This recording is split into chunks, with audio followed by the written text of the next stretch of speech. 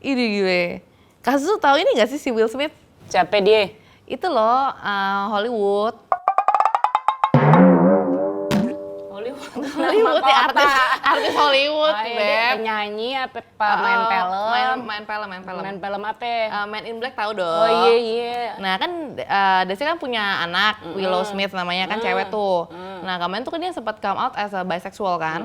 Terus sekarang dia bilang kalau dia tuh polyamory. Masa lalu apa deh?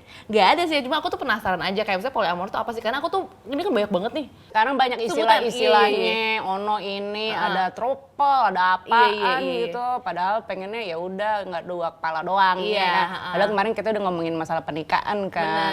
Gimana kalau sekarang kita panggil teman kita yang bening ini untuk berbicara di mimbar tentang hal-hal yang kita tidak tahu dan kita penasaran. Ya. Mau dong, siapa tuh? Tunggu aja.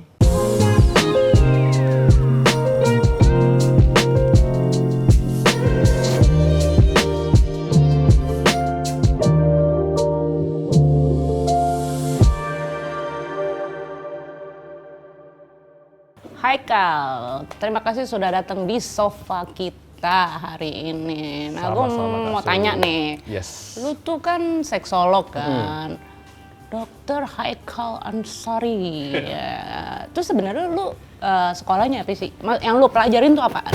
Oke, jadi sebetulnya seksologi itu memang kita sempat mendapatkan pelajarannya, ya itu bagian dari kurikulum.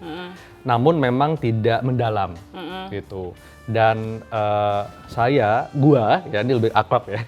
Gua tuh memang kenapa gua interest dengan seksologi? Karena ini menyangkut hidup orang, kualitas hidup orang ya. Apalagi yang namanya tuh fungsi seksual, fungsi ereksi, lubrikasi itu sangat dekat, sangat tergantung dengan fungsi organ tubuh lainnya, pembuluh darah, saraf, jantung, hormon kan. Kepala lo juga iya, ya kan? otak kita juga. Artinya kalau ada gangguan fungsi seksual, katakanlah disfungsi ereksi atau gangguan libido. Nah, bisa disebabkan karena ada gangguan pada organ pembuluh darah, pada saraf, hormonal, dan juga masalah psikis juga. Jadi lebih kompleks.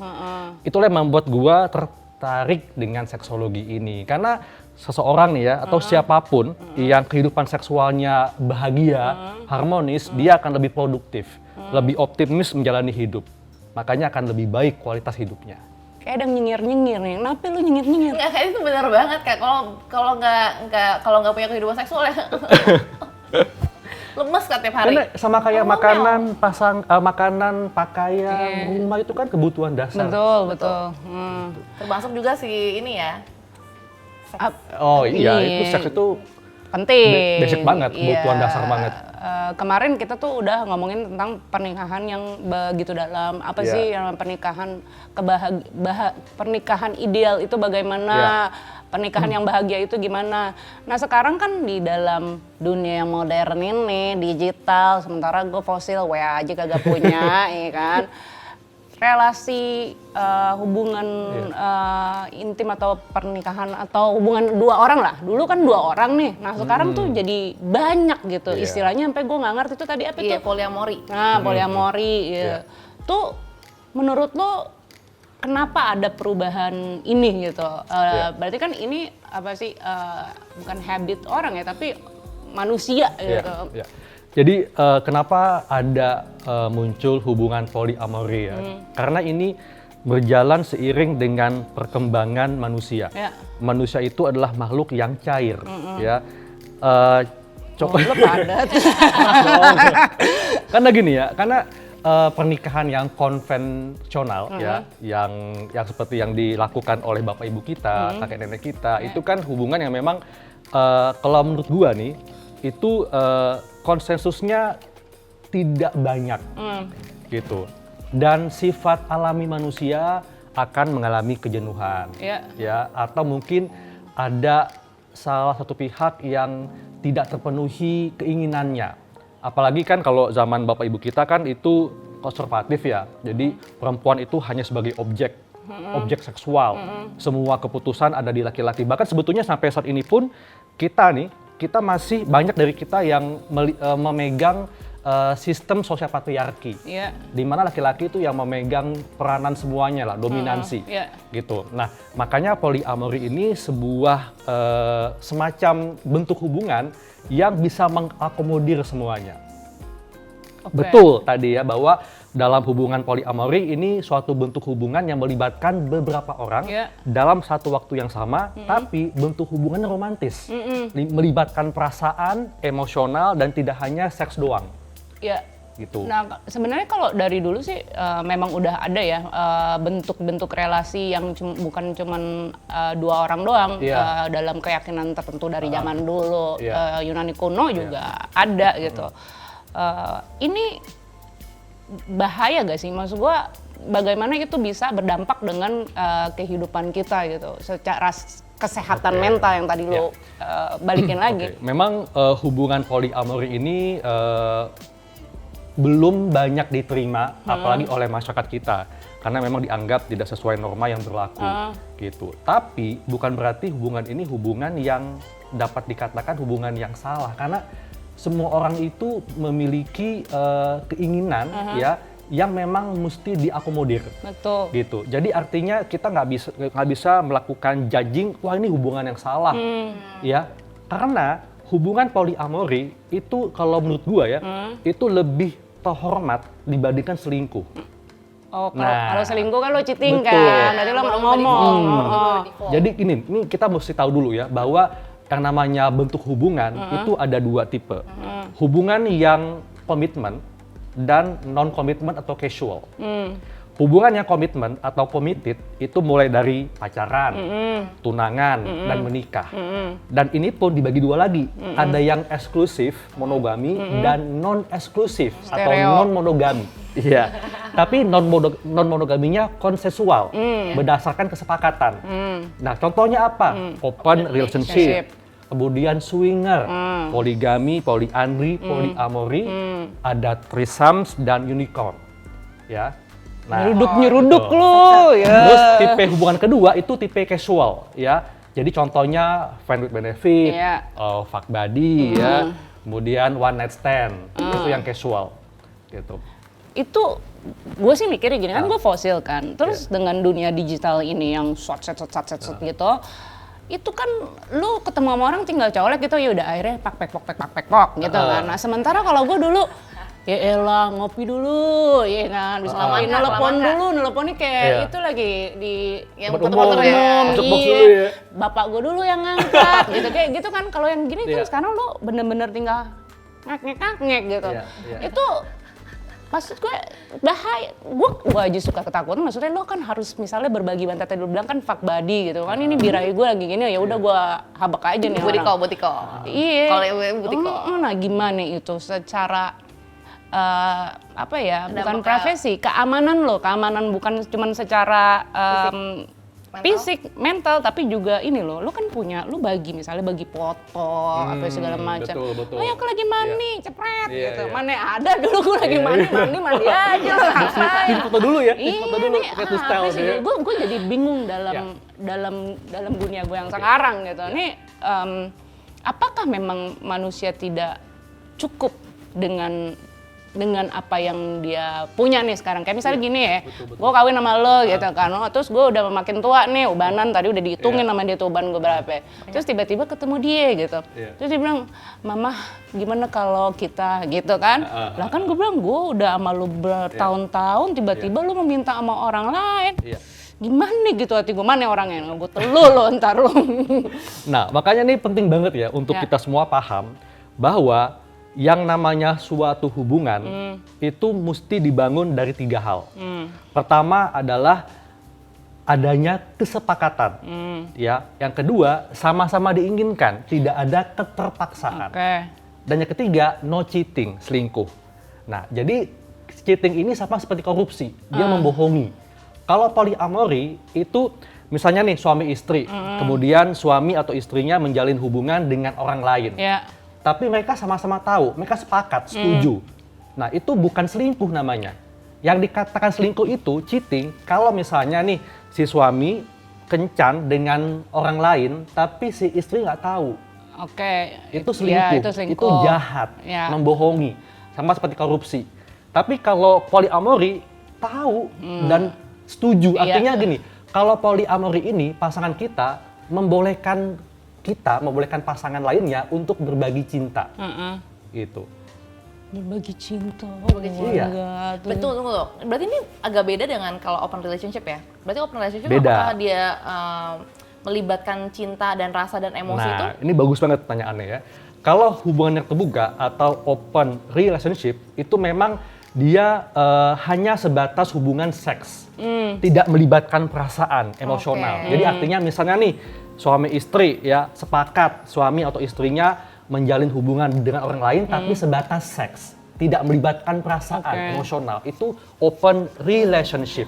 Kal, gue mana ya? Kalau lu repeat order, berarti kan kayak lu pesan makanan gitu. Makanannya lu seneng gitu, berarti kan lu repeat order kan. Nah berarti kan dengan begitu juga lu membangun emosi, karena lu ada kesukaan di situ. Nah, itu biji mana itu? Nah, Ya, memang menarik ini. Iya, menarik banget nih. Memang kita tidak bisa memungkiri, oke lah mungkin awalnya hanya hubungan sebatas seks. Tapi lama-lama kok kayaknya connect nih perasaannya, emosionalnya. Nah, itu kembali ke kesepakatan di awal. Nah, apakah kesepakatan di awal memang betul-betul ditujukan, oke, kita hubungannya hanya sebatas seks, tidak melibatkan perasaan. Jadi balikin dulu ke kesepakatan di awal. Jadi Haikal begini, ntar abis dari sini gue cuma mau ngesek doang sama lo ya. Oke, gue nggak minta nomor telepon lo, gue nggak mau tahu rumah lo di mana. Udah, yang penting pakai kondom, iya kan? Gitu. Itu kan salah satu bentuk apa sih proteksi kita ya. Yang gue lihat dari, kan gue main sama anak kecil juga nih gitu, karena ya orang umur gue udah kagak main lagi. Anak kecil tuh umur berapa sih Kak? Kayak lu berarti, lu kan gue ketemu sama lu juga berapa tahun yang lalu, iya kan? Masih muda bener. Iya kan belia. gue berproses sekarang, lihat ini, wih. Wih. Nah yang gue sering dengar nih dengan cinta digital ini, yang swap-swap, ketika mereka ketemu dan bersepakat untuk berbagi bantal dan keringat, ya kan? Sering terjadi ceritanya dari cowoknya bilang, oh ya sorry ya gue kagak bawa kondom gitu, ya kan? Ya. Nah ini kembali lagi nih ya, artinya memang kalau saya dari sebagai dokter, Tadi tentu gue, sekarang saya. kan ngomongin ini ya. Iya, benar. Tapi kalau sebagai dokter ya, tentu ya siapapun orang nggak mau sakit, nggak mau terjangkiti infeksi menular seksual atau IMS. Jadi ya kondom itu memang ibaratnya kayak orang mau pergi mesti ada bekal. Iya, bekal, biar lo nggak lapar. Iya, jadi mesti bikin kesepakatan bahwa oke, kita ketemu ya, kita sepakat untuk berhubungan seks, tapi kita juga bikin kesepakatan bahwa kita menggunakan kontrasepsi kondom gitu. Dan kondom itu memang betul-betul mesti dipasang. Karena ada kejadian di awal sepakat nih pakai kondom, tiba-tiba pas masuk barangnya dilepas. Oh dia doggy, kan lihat. Itu pelecehan nggak sih? Banget. Di Itu Amerika adalah udah felony. itu istilahnya stealthing. Itu bentuk dari penyerangan seksual. Karena melanggar kesepakatan di awal. Nah kalau menurut gue sih, kan sekarang kebanyakan nih orang berpikir bahwa yang harus membawa proteksi itu laki-laki kan. Kalau gue bilang tuh cewek harus punya, harus punya di tas, bukan lipstick doang. Jadi itu bukan cuma melindungi lu, tapi juga melindungi siapapun yang lu akan tidurin. Betul. Gitu. Iya. Dan memang gini, sebetulnya kita harus betul-betul bisa keluar dari pemikiran patriarki. Artinya perempuan itu bukan lagi objek, tapi subjek. Kenapa? Karena yang namanya hubungan seks itu kan tujuannya mencapai kepuasan bersama. Betul. Ada dua pihak atau beberapa pihak gitu kan. Artinya tidak hanya untuk memuaskan satu orang doang, satu pihak doang. Gitu. Jadi ya perempuan pun juga harus bisa berpartisipasi aktif. Jadi tidak hanya menunggu ya. Bahkan sebetulnya kalau perempuan yang minta dulu ya, itu laki-laki akan merasa diakui. Diakui perasaannya, diakui emosionalnya. Minta duluan gimana maksud lu? Misalkan, kadang gini, gue tuh suka dapat pertanyaan ya, dapat pertanyaan dari pasien kan, istri, dok, boleh gak sih kalau istri minta duluan? Silahkan. Justru itu akan membuat laki-laki lebih diakui perasaannya, jadi, lebih diakui emosionalnya. emosionalnya. Lo punya tipsnya nggak? Gimana perempuan minta duluan sama lakinya? Ayo. Ya, itu kembali kepada bagaimana bentuk komunikasinya. Makanya siapapun itu, suami istri atau dalam tahap pacaran pun, itu betul-betul mesti dibangun komunikasi seksualnya. Apalagi rumah tangga ya, nggak hanya sebelum menikah pun, itu yang mesti didiskusikan nggak hanya sebatas masalah finansial, pekerjaan, masalah nanti mau punya anak berapa, tapi seksualitasnya gimana? Harus juga. Termasuk misalnya nanti kalau andai kata kita udah menikah, lo masih mau ini nggak masturbasi? Iya. Karena jangan sampai nanti istri mergokin suaminya lagi masturbasi sendirian. Iya, Terus sakit sakit hati. hati. Iya, Karena kok ada gua kenapa lu pakai tangan sendiri? kan? Apa Iya. gua nggak bisa nggak bisa? Memuaskan. Iya. Apa lo Iya. nggak puas tuh gimana Aku gitu loh? tidak cantik lagi ya, gitu. Tidak menarik lagi. Enggak, ini sangat menarik ya tadi. Kemarinan kita juga udah ngomongin hal-hal ini sih sedikit doang. Kalau misalnya lu belum pernah punya pengalaman seksual, iya kan, sebelum kewong nih atau sebelum ngapa-ngapain, bagaimana lu tahu bahwa itu adalah yang lu inginkan di masa depan? Jadi menurut gue yang si poliarmi dan couple atau apa gitu, itu terjadi setelah berproses. Lu berproses ini terus tiba-tiba lu punya keinginan lebih. Ini kayak lu dikasih bubur, pengennya sekarang bubur pakai ini, pakai itu gitu. Betul. Apakah itu salah ketika lu menginginkan hal yang lebih dari apa yang lu udah punya sekarang gitu, misalnya? Itu manusiawi. Iya kan? Iya, manusiawi karena manusia itu pasti akan merasa ingin nambah, merasa akan menemui titik jenuh, nggak puas. Itu manusiawi, ya. Jadi artinya yang namanya hubungan seks yang harmonis itu butuh proses, ya. Atau istilahnya butuh mencapai kompatibilitas seksual, sexual compatibility. Nah, artinya apa? Artinya sejauh mana kedua belah pihak atau berapapun pihak di situ ya memiliki kecocokan seksual. Misalnya nih, ya apakah bagaimana mereka memandang kehidupan seksual? Karena kalau misalnya ada satu pihak yang memandang hubungan seks sebagai ekspresi keintiman, tapi pihak yang lain memandang itu hanya sebatas untuk menyalurkan kepuasan atau hanya sebatas rekreasi seksual, itu nggak kompatibel, gitu. Atau sejauh mana kedua pihak ya memiliki keinginan melakukan hubungan seks yang seberapa banyak frekuensinya, karena mereka berdua memiliki dorongan seksual yang sama, itu kompatibel. Ya, nah, yang tidak kompatibel itu misalnya nih kedua pihak sama-sama submisif, pasif, itu nggak kompatibel. Ya. Terus, ada tesnya nggak sih kayak gituan?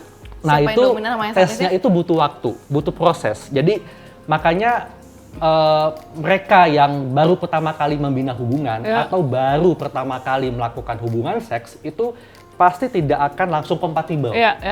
Ya seperti inilah alat elektronik itu mesti ada kompatibel kan. Ya, gitu. Konekin dulu ya. Jadi pasti awalnya nggak kompatibel. Itu butuh waktu, butuh proses ya. Termasuk ini dalam hal teknik berhubungan seks. Ya. Dikatakan kompatibel kalau pasangannya, salah satu pihak itu sudah paham kapan pasangannya turn on, kapan pasangannya ada di fase rangsangan, dan kapan pasangannya itu sudah mau menuju orgasme. Jadi dia akan tahu, akan bisa mengatur ritme penetrasinya supaya bisa sama-sama mencapai orgasme bersama. Itu butuh waktu. Sayang kamu sudah menikah. Tapi apakah kamu masih mau menerima aplikasi baru? Saya tahu nih kapan ini. Nah ini kan maksudnya itu kan juga orang berproses dengan berpengalamannya mereka. Semakin berproses lo semakin jago lah ya. Betul. Cuman ini tetap menurut gua, apakah lo bisa adil secara mental dan juga badan gitu ketika lo punya atu Senin, Selasa, Rabu, Kamis gitu. Kalau kebanyakan kayaknya teler juga deh. Nah enggak, maksud gue kan tetap ini kan selain secara konsensual, tapi lu juga ada bentuk di mana lu memberikan itu secara adil dan merata. Nah, betul. Apakah itu bisa gitu kan? sih? Sebenarnya kan pada dasarnya kan human kayaknya nggak bisa fair kayak baru 50-50 atau 30 gitu loh. Iya. Makanya penting banget ya bagi mereka yang menjalani hubungan poliamori itu harus terus membuka komunikasi, harus membangun kepercayaan, ya, termasuk membahas seberapa sering nih pasangannya menemui pasangan poliamori lainnya. Ya, itu mesti ada kesepakatan. Misalnya seminggu 2 kali, oke, sepakat tuh, mesti segitu, nggak boleh lebih, nggak boleh kurang. Ya, yang kedua, mesti bikin kesepakatan apakah ketika pasangannya bertemu dengan pacarnya, dengan pasangan poliamorinya, apakah mereka boleh ngebahas pasangan yang lain. Oh iya, Ya. penting tuh. Karena nggak boleh dibanding-bandingkan misalnya, ada yang nggak suka, itu mesti disepakati. Ya. Termasuk juga misalnya nih, bikin kesepakatan apakah si pasangannya ini boleh menunjukkan perilaku cinta kasih seperti mencium pacarnya di depan pasangannya. Oh iya benar. Aku mau nanya dong Jadi mesti sesuatu. jelas kesepakatannya. Oke, aku mau nanya dong. Jadi supaya betul-betul adil kan. Iya, Jadi, iya. Iya, di benar. adil itu dilihat dari sana berdasarkan iya. kesepakatan PKS yang dibuat itu. Iya benar. Cuman memang ya gue sih sebagai mungkin orang yang gue nggak tahu, tapi kayaknya sulit gue untuk bisa berbuat adil Betul. secara mental dan Iya. secara body juga. Iya. Aku mau nanya. Oke. Giliran aku ya. Iya. Anyway, aku mau nanya gini. Kan kalau aku mau nanya gini, apakah kalau orang yang berkomitmen itu bisa later on masuk ke dalam hubungan poliamori ini atau poliamori dulu baru berkomitmen untuk menikah? Nah, ini bagus banget pertanyaannya. Jadi ini penting semua untuk siapapun yang mau berkomitmen atau mau memulai suatu hubungan, baik itu pacaran atau penikah sekalipun Iya. ya, bahwa yang paling awal mesti dibikin kesepakatan. Iya. Ya, artinya oke, kita udah sama-sama saling suka ya. Kita membina hubungan ini memang saling suka tanpa keterpaksaan, Iya. kita bikin komitmen dan kemudian yang lebih penting lagi adalah hubungan ini no cheating. Itu regulasi pertama ya. Jadi tidak ada keterpaksaan, konsensus, sama-sama disepakati, diinginkan, dan no cheating. Yang kedua, tentukan apakah hubungan ini mau hubungan yang eksklusif atau non-eksklusif. Kalau misalnya, dia mesti jujur nih ya, kalau misalnya memilih untuk non-eksklusif, berarti ada peluang untuk membina hubungan poliamori. Tapi kalau eksklusif, ya udah eksklusif aja, monogami. Harus sepakat di situ. Tapi gimana sih cara orang tahu monogami sama dia tuh non monogamus gitu, kayak aku bisa tahu nggak sih sebenarnya aku tuh cenderungnya ke monogamus atau non monogamus? Nah, diri kita pun nggak bisa tahu ya, karena manusia itu Berproses. selalu berproses ya, merasa nggak puas, merasa jenuh. Artinya, kalau suatu saat nih tiba-tiba mereka menjalani hubungan yang eksklusif, monogami, suatu saat si suami atau istri berpikiran ingin membina hubungan orang lain, ya diomongin. Jadi ibaratnya kayak dibikin kesepakatan baru, gitu. Jadi yang penting itu adalah nggak boleh sembunyi-sembunyi, no cheating. Jadi menurut gue dengan relasi-relasi modern dengan nama yang aneh-aneh ini itu kayak bentuk orang nih ayam kalasan aja gitu karena dia nggak bisa komitmen. Dan menurut gue juga bener, gimana lu bisa bener-bener adil? Kalau badan oke lah ya, Senin, Selasa, Rabu, Kamis gitu, tapi mental lo Perasaan, iya, emosi ya. kan nggak. Iya. Ya menurut gue it's almost impossible buat gue untuk mikirin itu gitu. Jadi gini, sebetulnya bentuk modern love ya, Yeah. seperti poliamori itu menurut gua itu jawaban dari untuk tidak selingkuh, untuk tidak cheating, karena no cheating dalam suatu hubungan, Yeah. ya. Dan memang betul manusia kan berproses, ya artinya manusia itu pasti akan mengalami titik jenuh atau nggak puas, ya. Nah itulah ada kelebihan dan kelemahan dari hubungan poliamori. Nah, gua bahas dulu nih kelebihannya apa. Kelebihannya ya. Kelebihan dari hubungan poliamori, seseorang bisa lebih mengembangkan diri. Ya. Karena dia bertemu dengan beberapa orang. Ya, dia akan bisa menemukan berbagai macam ide baru. Ya, bahkan pengalaman seksual baru. Mungkin pengalaman seksual yang dia tidak dapatkan dari pasangan sebelumnya. Gitu. Ya. Dari pasangan yang sama nih, berarti maksudnya Ya, misal suami kan, istri nih, ya, ya. kan gue lu berdua nih misalnya ya kan. Nah, lu mungkin nggak menemukan itu sama si Dahong, lu menemukan sama gue. Oke, gitu. Nah, terus yang kedua, kelebihan poliamori ini adalah seseorang dia bisa berbagi cinta tanpa khawatir akan kekurangan cinta. Jadi ibaratnya seperti energi matahari yang menyinari semua orang ya dan tidak akan mengalami kekurangan. Tarik. Aku Itu mau yang nanya berita harap kembali dong. Tunggu, mau nanya dulu. Kalau poliamori bisa include berapa orang sih? Bisa Banyak. Bisa banyak. Iya, jadi gini, dalam poliamori itu ada tingkatannya, hierarkinya. Yang pertama primary adalah pasangan yang diutamakan. Ini biasanya pasangan yang terikat dengan pernikahan. Karena ada legalitas di situ, ada ikatan dengan anak ya. Kemudian ada keterlibatan finansial juga. Yang kedua, secondary. Jadi ini pasangan yang kedua yang diprioritaskan. Jadi pacar dari suaminya atau pacar istrinya. Jadi tidak terikat secara pernikahan, tidak ada legalitas ya. Kemudian juga tidak ada ikatan finansial dan sebagainya. Yang ketiga itu triad. Triad adalah hubungan poliamori yang melibatkan 3 orang sekaligus ya, di mana satu orang mencintai 2 orang sekaligus atau mereka bertiga saling mencintai. Itu triad namanya. Oke, jadi ini kan anyway terlepas ada hubungan pernikahan atau enggak kan poliamori bisa aja kan. Jadi lu bukan berarti lu udah nikah, orang pacaran juga kan bisa gitu. Dan itu bisa rentetannya bisa sampai quarter bisa kuat juga, bisa berempat juga. Ini bisa banyak. Nah, bedanya poliamori dengan poligami, kalau poligami kan hubungan satu orang dengan beberapa orang yang berbeda jenis kelamin dan diikat oleh pernikahan. Sedangkan poliamori itu hubungan satu orang dengan beberapa orang ya, tidak dibatasi oleh jenis kelamin, tidak dibatasi oleh sexual orientation dan tidak diikat oleh pernikahan. Artinya, misalnya nih poliamori, si suami membina hubungan dengan pacar laki-lakinya atau si istri membina hubungan dengan pacar perempuannya. Gitu.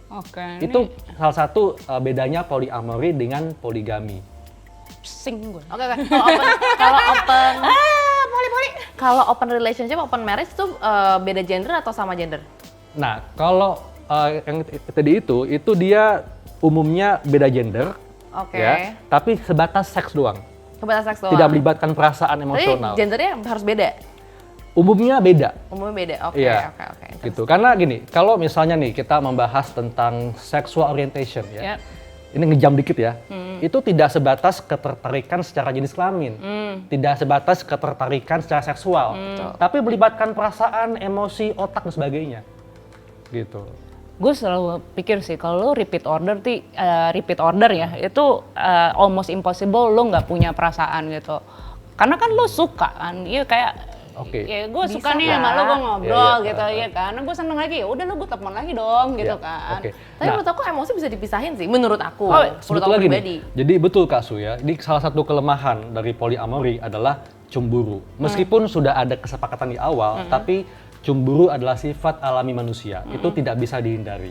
Yang kedua, itu akan ada keterbatasan dalam hal membagi waktu, membagi energi, ya. Kemudian ada juga dengan berkembangnya waktu, ya, mungkin salah satu pasangan poliamori itu akan ingin dia lebih diperhatikan, dia menuntut lebih, ya. Kemudian, nah ini juga nih resiko infeksi menular seksual. Lu kalau misalnya ini repeat order, misalnya lu punya pasangan 9 gitu, ya masih tetap pakai kondom kan atau pakai proteksi? Harus. Jadi ketika menjalin hubungan poliamori itu mesti ada kesepakatan menggunakan kontrasepsi apa nih, ya harus jelas karena semuanya betul-betul harus saling melindungi. Maka gunakan kondom, gitu. Dan tadi yang gue bilang kelemahannya adalah akan membuat seseorang menjadi kekurangan energi. Nah, kalau kurangan energi, lu punya pasangan 9. Ini bagaimana lu ngajut? Aduh, tenaga lu langsung loyo. Gak usah khawatir ya. Karena sekarang itu ada piranti asmara. Ya. Bisa dibantu ya menggunakan piranti asmara ketika berhubungan. Tapi itu mesti disepakati dulu. Bener, lu nggak bisa bawa-bawa ocok-ocok langsung. Penasaran, kalau dalam poliamori ini, poliamori itu yang kalau primary couple-nya itu apakah mereka pakai kondom atau enggak? Kalau mereka primary couple dan mereka terikat pernikahan, ya mereka bebas. Ya? Gitu. Lu nggak mau kawin sama diri lu sendiri, Hong? Kan banyak nih sekarang. Sologami namanya ya? Iya, bukan masturbasi ya. Iya, bukan sempet kepikiran sih, kadang-kadang kayak aduh capek banget cari pasangan hidup, ya udahlah nikahin diri sendiri aja lah, gue bikin wedding buat diri gue sendiri, asik. Kan ada tuh orang di mana India kalau nggak salah, dia emang kewong, nah iya tuh dia masih dikewong sama dirinya dia sendiri. Itu bisa nggak seriosa beneran. Oke. Jadi memang menikahi diri sendiri ini salah satu bentuk modern love juga ya. Jadi itu berbagai macam latar belakang bisa mendasarinya gitu. Tapi apakah itu salah? Ya kita nggak bisa menjudging itu salah, karena manusia itu cair. Artinya kalau dia memang menikahi diri sendiri sologami, ya kalau itu memang membuat dia nyaman, just do it gitu loh. Mungkin buat kita tuh bukan salah apa nggak salah sih, tapi rada aneh ya, karena kan di dalam kita bilang itu aneh karena kan kebanyakan orang kalau kewang kan ya cuman 2 pala, ya kan. Iya, karena kita karena kan yang pernikahan itu masih suatu hal yang mayoritas. Jadi kalau misalnya ada yang nggak menikah, ada yang memilih nggak menikah, itu dianggap masih, minoritas. Jadi dianggap tidak sesuai norma yang berlaku. Kok lu begitu sih, Hong? Nah, itu. Aku. Jadi juga gue beberapa lama yang lalu baca berita tentang ada loh yang ngawinin ragdoll. Jadi tuh boneka laki dan punya anak juga. Hah? Gimana cara punya anaknya? Ya gue nggak tahu deh, pokoknya ada nih gambarnya laki dikumisin gitu, terus dia di rumah sakit ada anaknya bentuknya kayak lakinya gitu tapi versi kecil. Tapi itu boneka? Boneka. Nah sekarang juga dalam sex doll ya, sex doll ini kan juga banyak nih sekarang jenisnya dan progresif banget. Kayak lu bisa punya sex doll yang bisa bahasa Cinere, bahasa Indonesia, bahasa Jepang, lu terserah deh. Lu misalnya punya fantasi ceweknya kayak gimana, udah gitu bentukannya lu bisa pesan lagi. Udah gitu lu bisa punya anak juga, jadi lu bisa memproses cerita lu sendiri dengan boneka itu. Lu bayang dibawa piknik, jalan-jalan kemana, bayarin tuh di pesawat gitu, duduk samping gitu. Nah lu menurut lu ini gimana nih?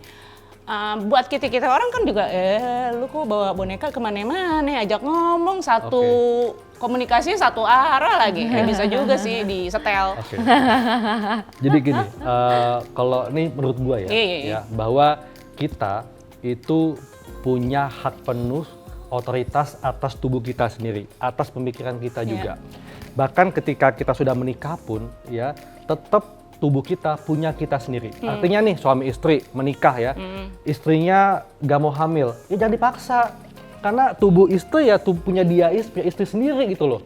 Jadi kodrat perempuan itu bukan hamil, tapi kalau head to iya gitu. Jadi kita selama kita tidak merugikan orang ya, kita punya hak penuh atas tubuh kita sendiri, pemikiran kita sendiri, ya it's fine, gitu loh.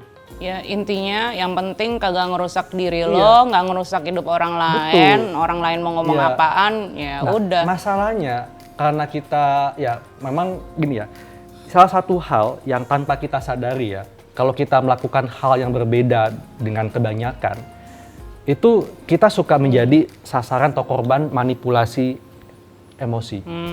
Jadi, kok lo nggak nikah sih?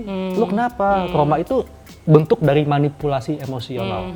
Itu sebetulnya nggak boleh sih. Sebaiknya nggak ditanyakan. Ya, tapi kalau ditanyain kayak gini, tips lo apa untuk orang-orang yang selalu mempertanyakan, kok Hong lo begitu Hong? Kok lo begini Hong? Ya, kalau pondasi lo nggak kuat secara mental gitu kan lo breakdown juga. Betul, gitu. Pastilah, kepikiran lah at least kalau Iya, bukan soalnya sering.